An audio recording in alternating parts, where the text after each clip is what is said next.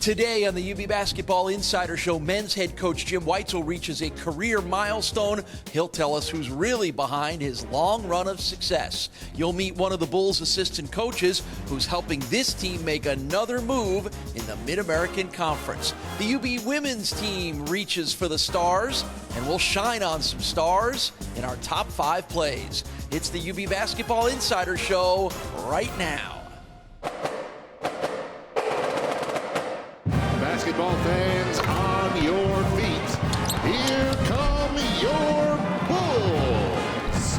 And Jordan picks it up, slings it into Graves, a lob for Williams, who dunks with 2 hands. The Bulls in transition there, tic-tac-toe. It's about us. It's just our sisterhood, our foxhole, and we don't compare ourselves to anybody else. We're ready to go. We're ready to play anybody tomorrow.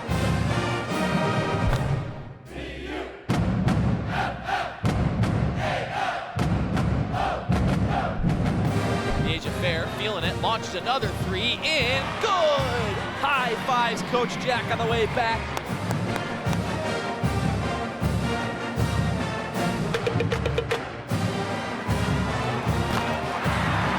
We're going to guard and we're going to run and we're going to play that blue-collar style of play. We're ready to go and develop the next chapter.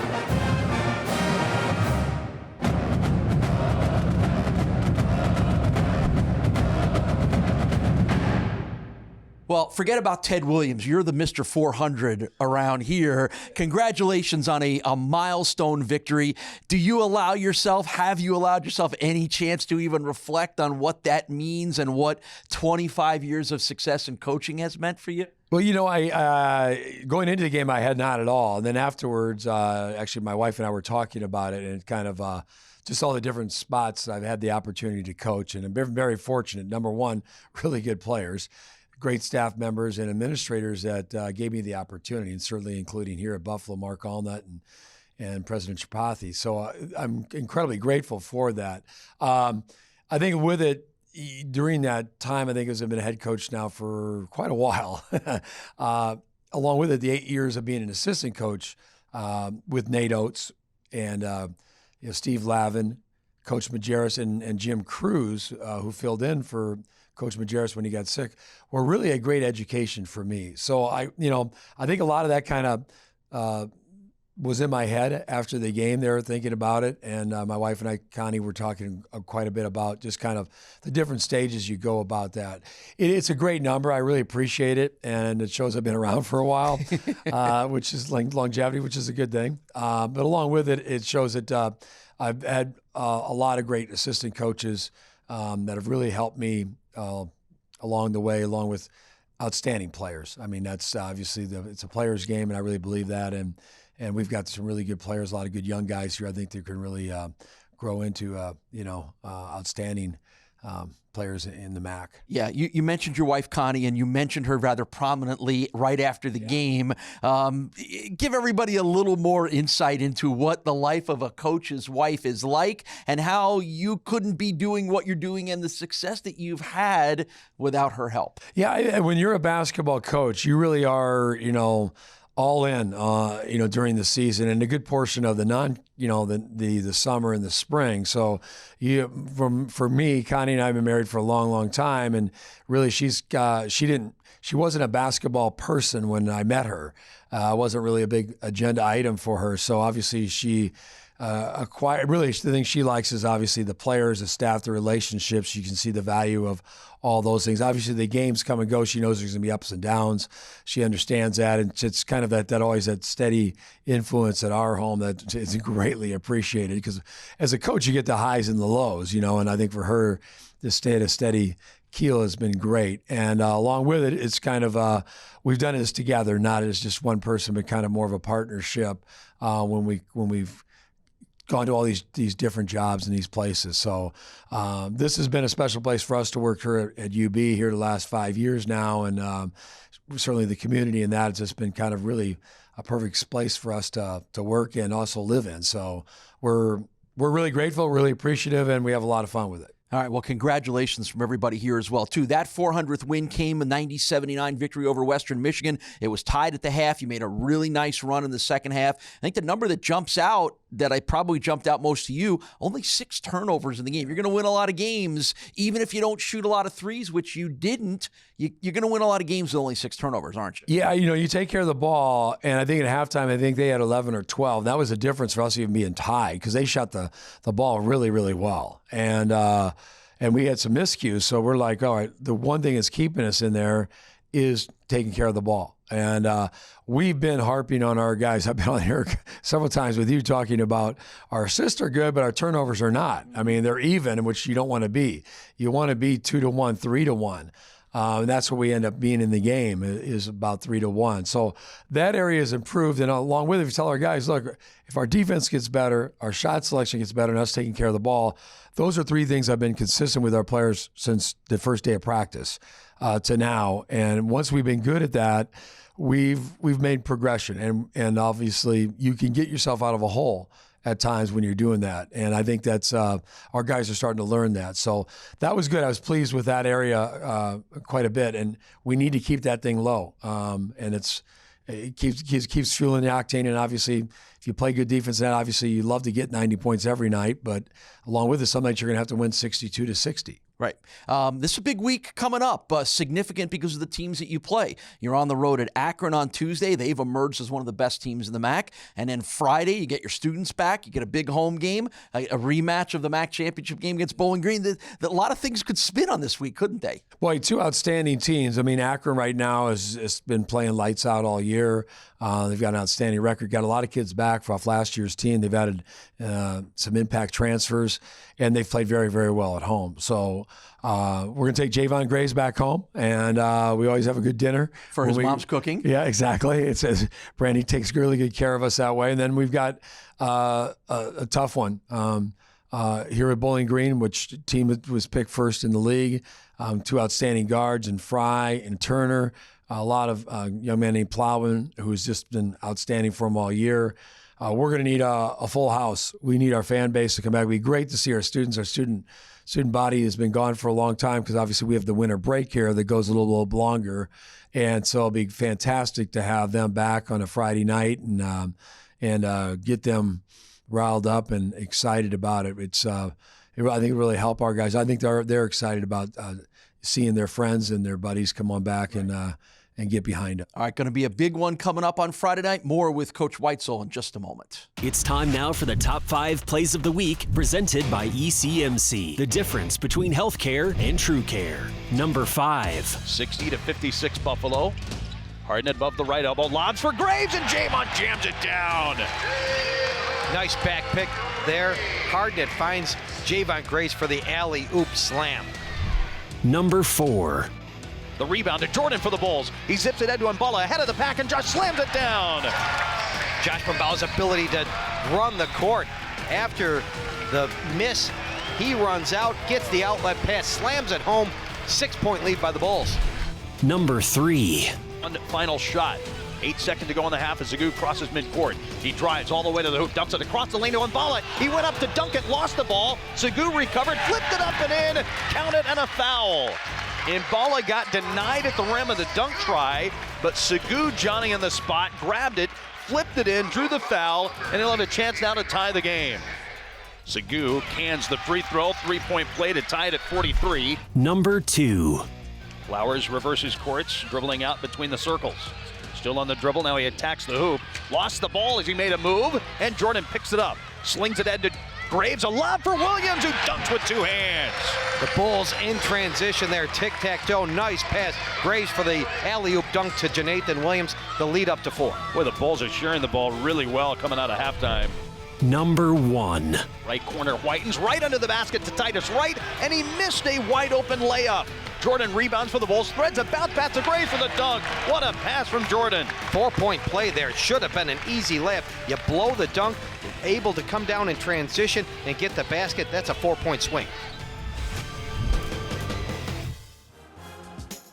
Coming up, assistant coach Jamie Quarles shares his journey to Buffalo. UB Basketball Insider continues in a moment.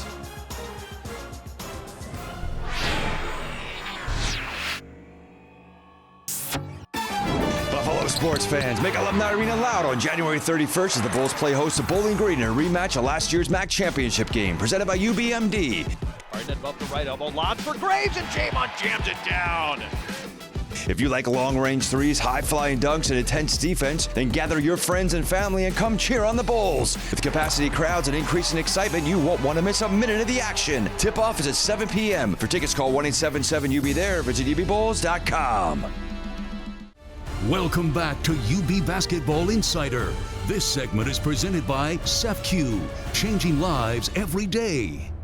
We continue on with the UB Basketball Insider Show from outside the basketball offices here at Alumni Arena. Well, no one knows better than Jim Whitesell the key role of an assistant coach. For 4 years, he did it here at UB, involved in scouting, in-game adjustments, and individual player instruction. Well, now that Jim has moved up to the head coaching spot, he's got a good one to pick up the slack in assistant coach Jamie Quarles. Jamie Quarles, assistant men's basketball coach, University at Buffalo. I grew up in Augusta, Georgia, home of the Masters. I come from a family of educators. My dad was a high school coach and athletic director for 29 years. All during my childhood, I was always in the gym. I wasn't out skating. I wasn't at the pool much, and I stayed in the gym. I literally was born and raised in the gym. As a senior in high school, I knew I wanted to get into coaching. I was fortunate enough to go on to gain a basketball scholarship at Augusta University, Division II school in Georgia. It kind of propelled me into really wanting to coach. Had my first opportunity at Oak Hill Academy. Had 2 successful years there. George Pitts, one of the best coaches in the state of Tennessee's history, gave me an opportunity at King College, Division II school. I spent an unbelievable year there learning. The job came available at Augusta University, my alma mater. I went back there, spent 6 years there, led to this opportunity, and I was ready for it. 2 years later, a couple NCAA tournaments and MAC titles later, here I am. I'm incredibly humbled, and I've enjoyed the ride, and hopefully the ride continues. I think I'm a little more laid back. I don't know if I would call it laid back, but I kind of bring some calmness to the staff. The staff has kind of fed off that. The players have kind of fed off that. The guys have really respected it, and I appreciate them for that.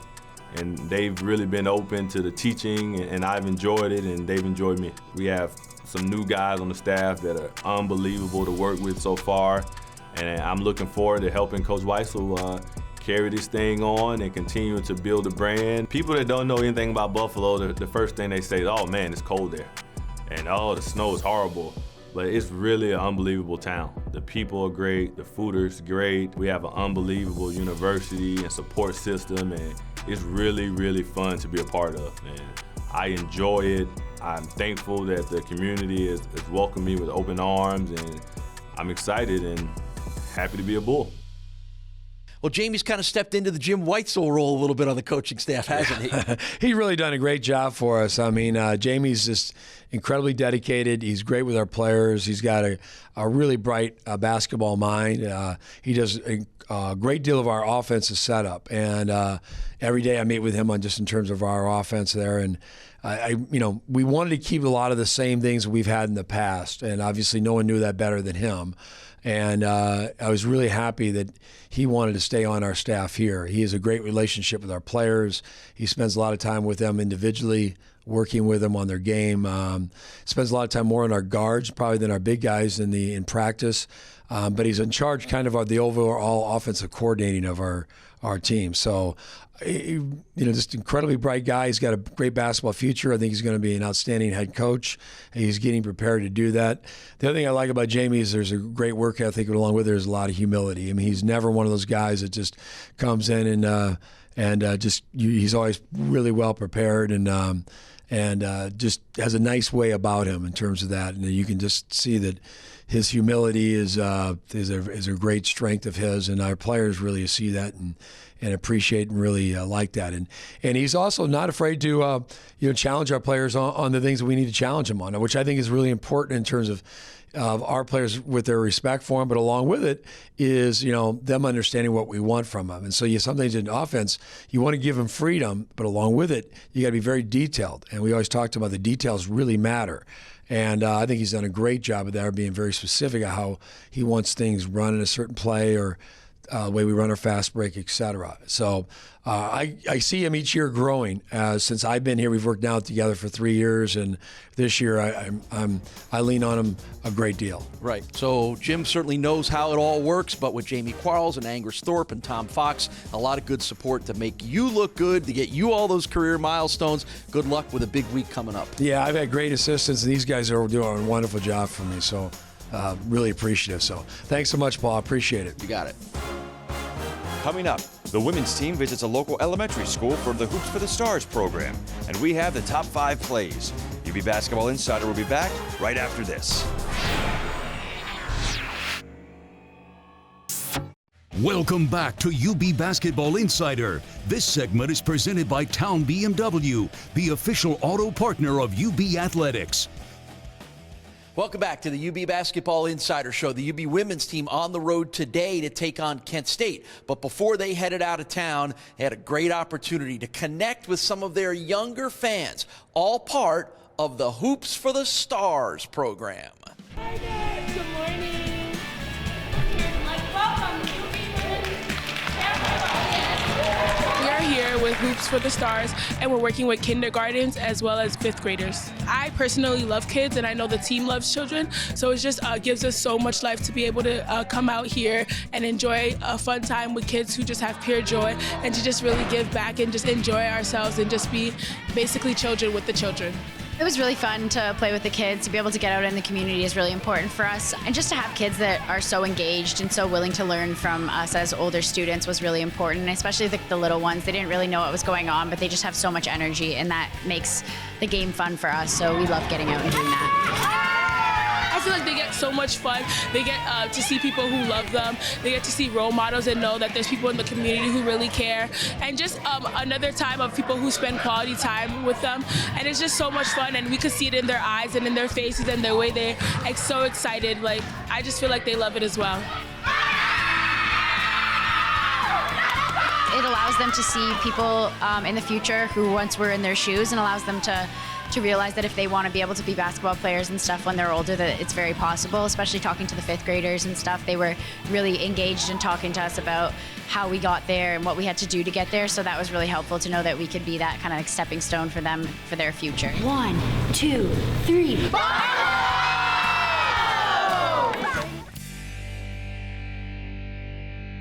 The last time the ladies played here at Alumni Arena, it was a solid victory over Eastern Michigan. Let's look back at some of the highlights. It's time now for the top 5 plays of the week, presented by ECMC. The difference between healthcare and true care. Number 5.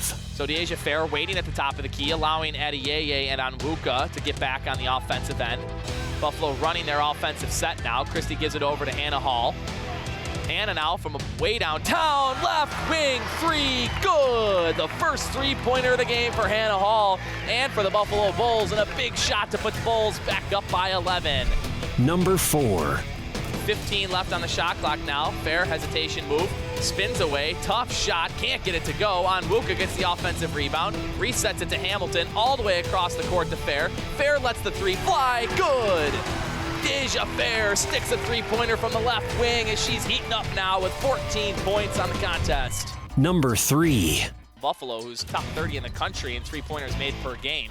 Onwuka now again gets downhill, gallops through contact, and gets it to go. Teresa Onwuka. Another really good take there for the senior Onwuka. Number 2. Deasia Fair, who has yet to get going now, spins around a fake screen, backs out to the top of the key, blows by the first line of defense, gets through the lane and scores! Deasia Fair, a beautiful scoop layup as the youngster extending the Buffalo lead to 12. Number 1. All the way to 2 minutes left. Now down to 10 on the shot clock. Buffalo's going to get going. High ball screen from Adeyeye. Fair crosses over. A player fell down. She late dumps it down to Adeyeye, who goes off glass and in. A perfectly run play between Fair and Adeyeye, and a big basket for the Bulls.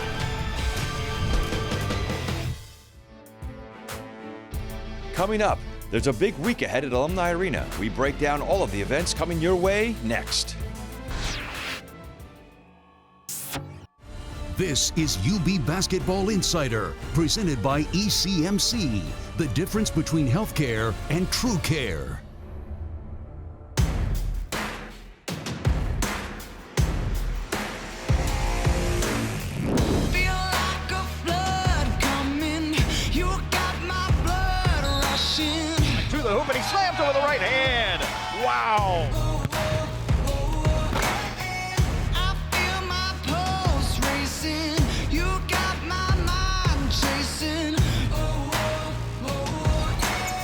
Jafar feeling it, launches another three in. Good!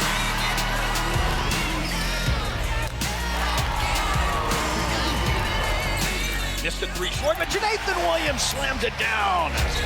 Tries a tough shot blocked by Mbala. Antoine to the hoop, lays it in.